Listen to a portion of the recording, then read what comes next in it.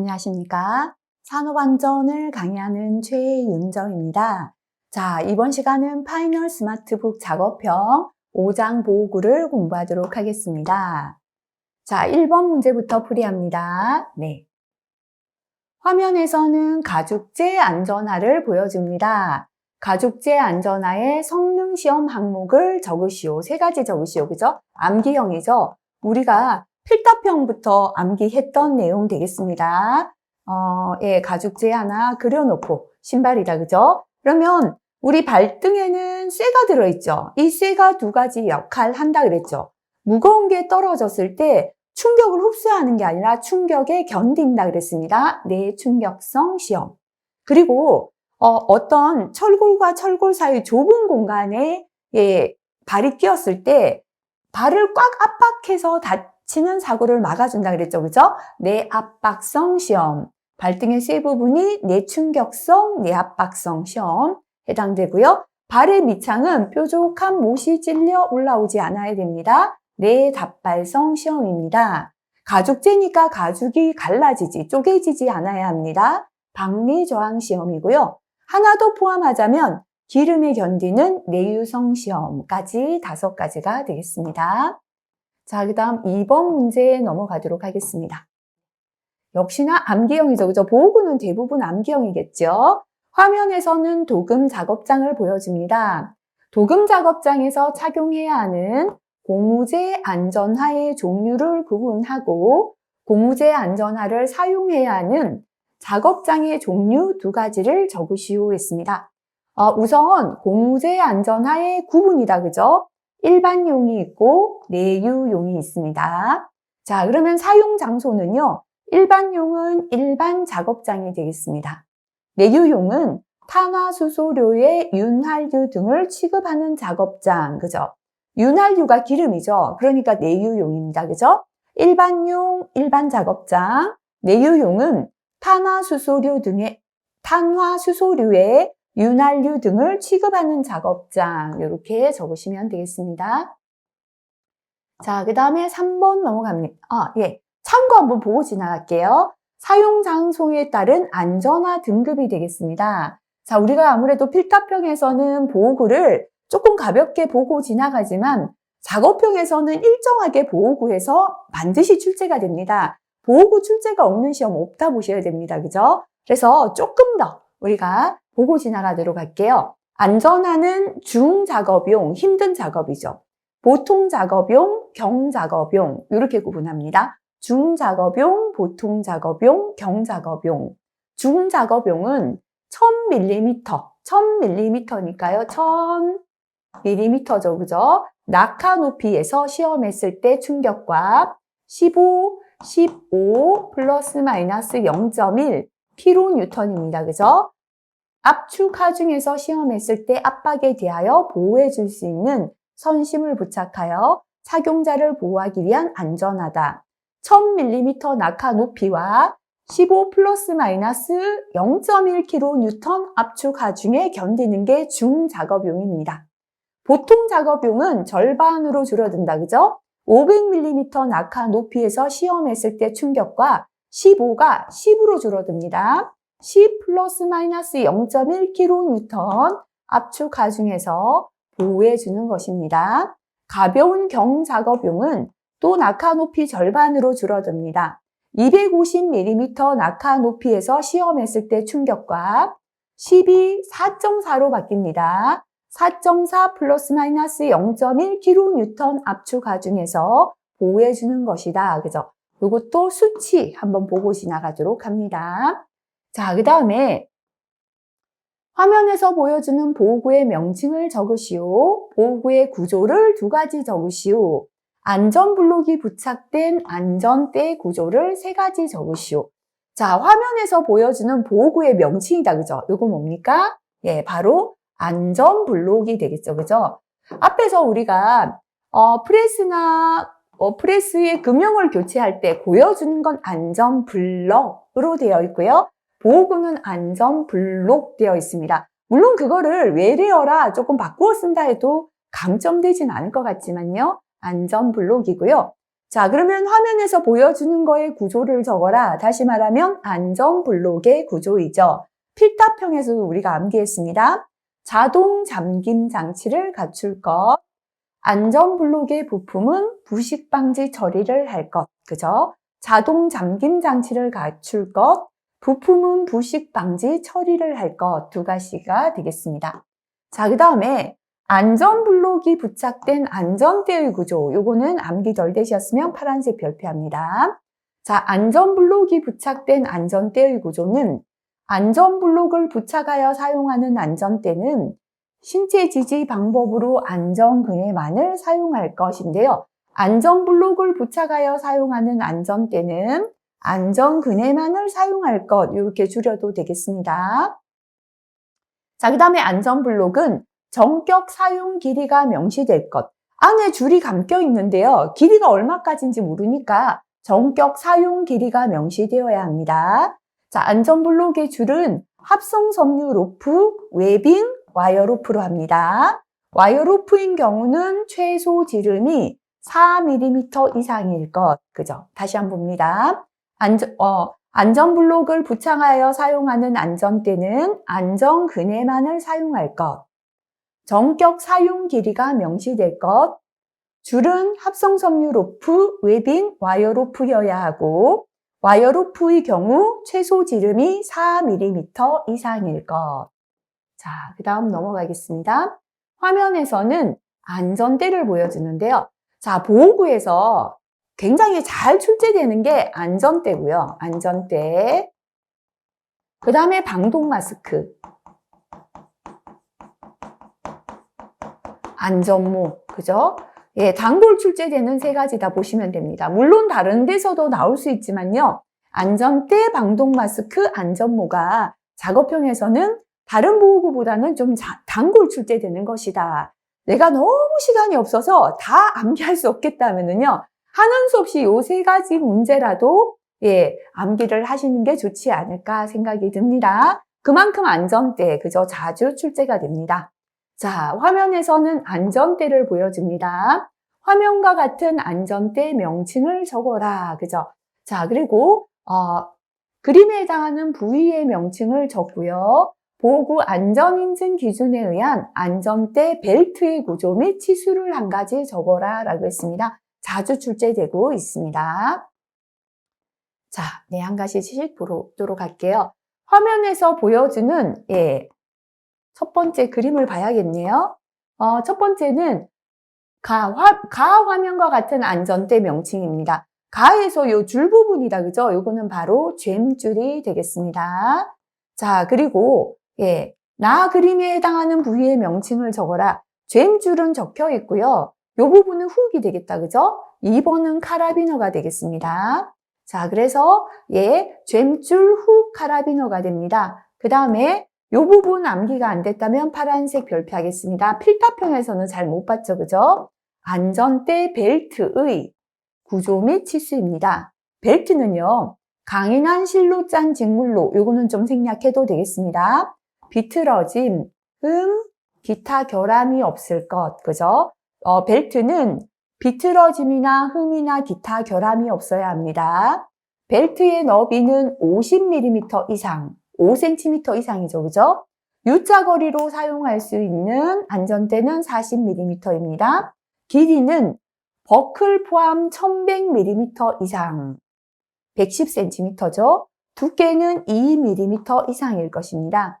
벨트 너비는 50mm 이상, U자거리는 40mm고요. 길이는 버클 포함 1100mm 이상, 두께는 2mm 이상일 것. 요거는 하는 수 없이 암기하셔야겠습니다. 5번 넘어가겠습니다. 작업자가 도금조에서 제품을 꺼내어 도금 상태를 검사하면서 냄새를 맡고 있습니다. 작업자가 착용해야 할 보호구 두 가지. 이거는 화학에서도 우리가 봤습니다. 그죠? 일단 코하고 입은 도금이니까요. 방독 마스크고 눈에 튀면 안 되니까 보안경입니다. 자, 화학물질용으로 통일해도 됩니다. 그죠? 화학물질용 안전장갑, 화학물질용 안전화 해도 되고요. 불침투성 넣어주면 좋겠죠? 불침투성 보호장갑, 불침투성 보호 장화 해도 됩니다. 화학물질용 보호복 또는 불침투성 보호복 해도 상관없겠습니다. 자, 그 다음에 6번. 방독 마스크 잘 출제된다라고 했죠? 방독 마스크 흡수제 종류를 3가지 적어라. 그죠? 방독 마스크 흡수제는요, 활성탄, 실리카겔, 호프칼라이트, 큐프라마이트, 소다라임, 알칼리 제제. 그죠? 다시 한번 암기할게요. 활성탄, 실리카겔, 호프칼라이트, 큐프라마이트, 소다라임, 알칼리 제제 중에서 적으시면 되겠습니다. 자, 그 다음에 7번. 예, 화면에서 작업자는 스프레이 건으로 파이프에 도장 작업한다. 페인트 칠을 하고 있는 겁니다. 페인트 도장 작업을 하는 작업자가 착용해야 하는 호흡용 보호구의 명칭을 적으시오. 그죠? 페인트 작업할 때는요, 방독 마스크입니다. 종류까지 적어야 된다면 유기화합물용이 가장 적합하겠습니다. 시험가스 종류를 3가지 적으시오 했는데요. 유기화합물용 방독 마스크 시험가스는 시클로헥산, 디메틸에테르, 이소부탄. 분자식은 생략해도 상관없겠습니다. 시클로헥산, 디메틸에테르, 이소부탄이 되고요. 자, 그 다음에 페인트 도장 작업을 하는 작업자가 착용해야 하는 방독 마스크의 흡수제 종류를 3가지 적으시오 했는데요. 한 10년도 더 전입니다. 예전에는 요거와 관련된 규정안에 흡수제 종류를 적어놨습니다. 무슨 방독 마스크는 흡수제가 뭐다. 근데 그게 삭제되고 없어진 지가 10년도 넘었습니다. 자, 그래서 정확한 공단의 정답지는 뭘지는 모르지만요. 사실은 페인트 안에는 정말 여러 가지의 화학물질이 포함됩니다. 그래서 대부분의 흡수제가 다 해당될 거라 생각됩니다. 활성탄, 소다라임, 알칼리 제제. 자, 요 3가지 정도 기억하셔도 될 것 같습니다. 흡수제는 활성탄, 소다라임, 알칼리 제제. 그죠? 참고에 있는 방독 마스크의 종류하고 시험가스는 반드시 암기해야 합니다. 다시 한번 보겠습니다. 유기화합물용은 시클로헥산, 디메틸에테르, 이소부탄 3가지가 시험가스입니다. 할로겐용 주의하라 그랬죠, 그죠? 염소, 가스나 증기가 됩니다. 황화수소용은 황화수소 가스라고 반드시 적어야 되겠습니다. 시아나수소용도 시아나수소 가스가 됩니다. 아황산용은 아황산 가스가 되고요. 암모니아용은 암모니아 가스가 되겠습니다. 자, 그 다음에 보호구 안전인증 기준에 의한 차광보안경의 종류를 4가지 적으시오 라고 했습니다. 안전인증 기준에 의한 차광보안경은요, 자외선용, 적외선용, 둘 다 사용할 수 있는 복합용, 용접용 4가지죠. 자외선용, 적외선용, 복합용, 용접용이 되겠습니다. 자, 자외선용은 어디에 사용하냐면 자외선이 발생되는 장소입니다. 적외선용은 적외선이 발생되는 장소이고요. 복합용은 자외선, 적외선이 발생되는 장소입니다. 용접용은 산소 용접 작업과 같이 자외선, 적외선, 강렬한 가시광선이 발생하는 장소입니다. 자, 그렇다면 안전인증 기준에 해당되는 차광보안경이 차단할 수, 보호할 수 있는 그죠? 우리 광선의 종류는 자외선, 적외선, 강렬한 가시광선으로부터 눈을 보호하게 되겠죠. 그죠? 이렇게 3가지 보호할 수 있다 기억하시고요. 자, 이번에는 자율안전 확인에 따른 보안경의 종류가 됩니다. 자율안전 확인은요, 렌즈의 재질에 따라 바뀐다 그랬죠. 유리 보안경입니다. 비산물로부터 눈을 보호하기 위한 것으로 렌즈 재질이 유리인 것입니다. 플라스틱 보안경입니다. 비산물로부터 눈을 보호하기 위한 것으로 렌즈 재질이 플라스틱인 것입니다. 도수 렌즈 보안경입니다. 비산물로부터 눈을 보호하기 위한 것으로 도수가 있는 것이 되겠습니다. 자, 그 다음에 9번 문제입니다. 화면에서 보여주는 자율안전 확인 대상 보안경. 현재는 투명한 렌즈입니다. 종류를 구분하여 적으시오 라고 했습니다. 금방 자율안전 확인 대상 보안경은요. 유리로 된 거 유리 보안경, 플라스틱 보안경, 도수 렌즈 보안경 3가지 있었습니다. 자, 그런데요. 만약에 이게 자율안전 확인 대상 보안경이다라고 안 하고 화면에서 보여주는 보안경의 종류를 구분해라 한다면요. 투명한 건 차광 보안경이 아닙니다. 그죠? 자, 투명 렌즈는 비산물 방지용 보안경이에요. 비산물이 눈으로 날아오는 걸 방지하는 건 자율안전 확인 대상입니다. 색깔이 들어있는 렌즈는 차광용 보안경인데요. 우리 선글라스처럼 렌즈에 색이 있는 건 안전인증 대상 보안경입니다. 그래서 차광용 보안경, 안전인증 대상 보안경의 종류를 적으라 한다면 자외선용, 적외선용, 복합용, 용접용 이렇게 적으시면 됩니다. 자, 그 다음에 10번 넘어갑니다. 예, 보안면에 채색 투시부의 차광도를 구분하여 투과율을 적으시오 했습니다. 보안면의 차광도는 밝음, 중간 밝기, 어두움 이렇게 3가지입니다. 이때 빛을 투과하는 정도가 투과율입니다. 그죠? 밝음은요. 빛을 많이 투과하겠죠. 50 플러스 마이너스 7입니다. 중간 밝기는 23 플러스 마이너스 4입니다. 어두움은 14 플러스 마이너스 4입니다.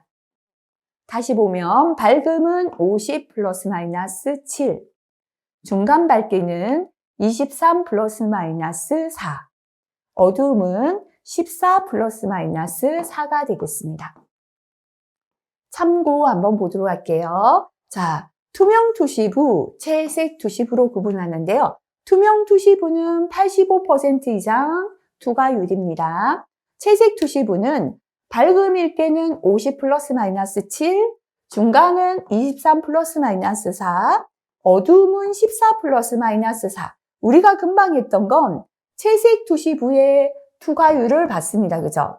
그런데 투명 투시부는 채색 투시부보다 빛이 더 투명하니까 더 잘 통과됩니다. 85% 이상이다. 이것까지 기억하시면 되겠습니다. 자, 그 다음에 11번입니다. 화면에서는 용접용 보안면을 보여줍니다. 자, 1번입니다.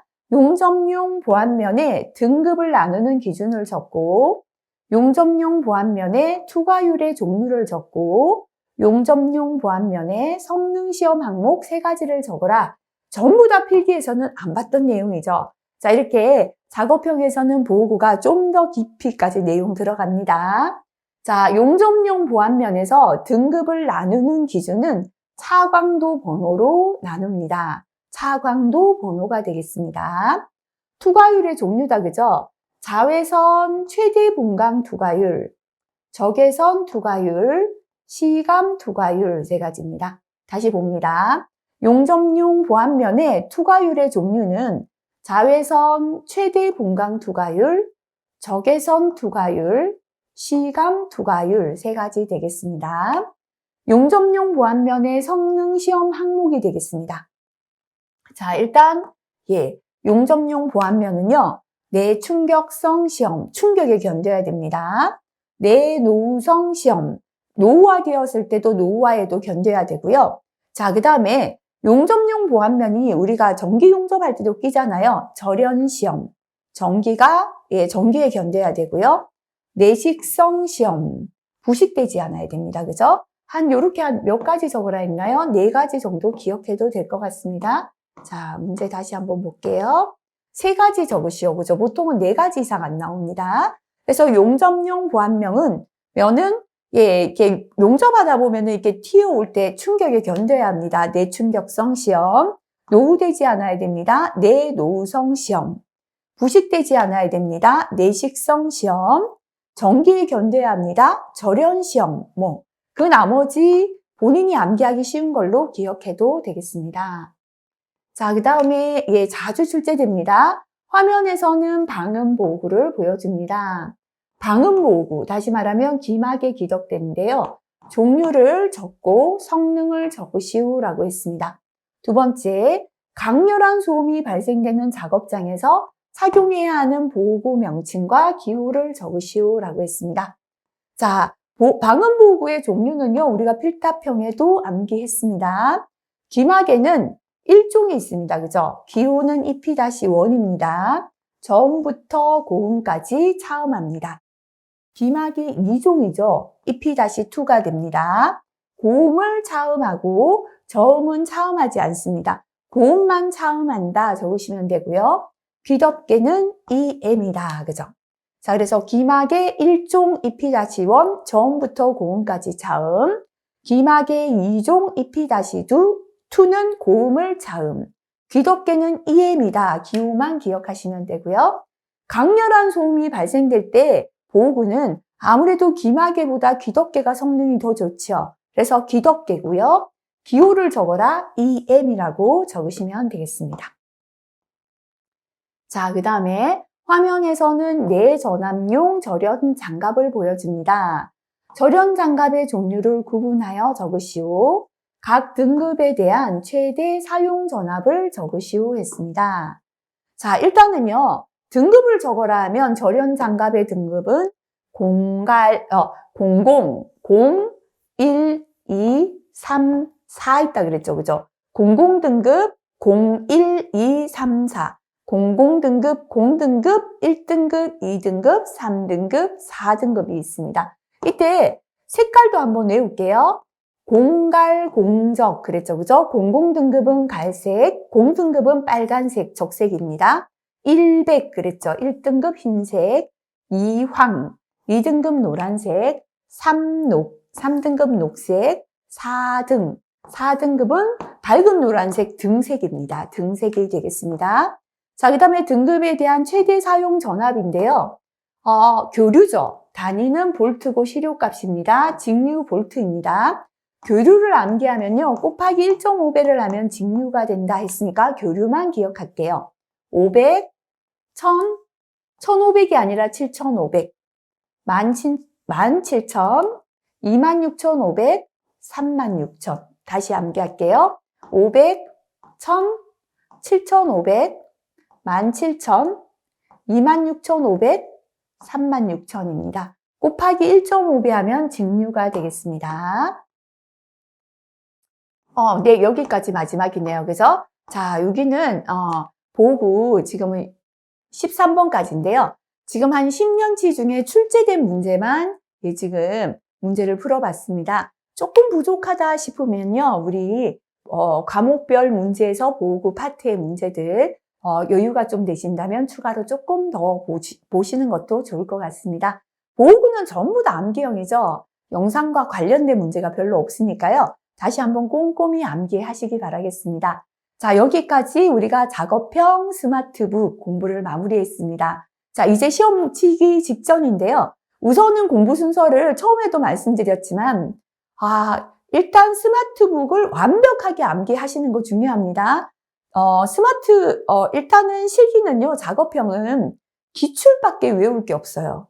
기출이 아니고는 추가로 볼 수 있는 건 기사에 나왔던 걸 공부하는 거죠. 그게 뭐냐면, 교재에 있는 과목별 문제입니다. 그죠? 그래서 우선은 시간이 부족하다면 스마트북을 이용해서 기출을 충분하게 스마트북에 있는 한 10년, 11년치 정도는 완벽하게 암기하셔야 됩니다. 그 다음은요, 기출 문제를 이렇게 시험처럼 풀어보시면 10년치 기출이다 보니까 출제되지 않은 것도 있을 수 있습니다. 그죠? 근데 기출까지 시험처럼 풀 시간이 없으면 교재의 과목별 문제로 넘어가시면 됩니다.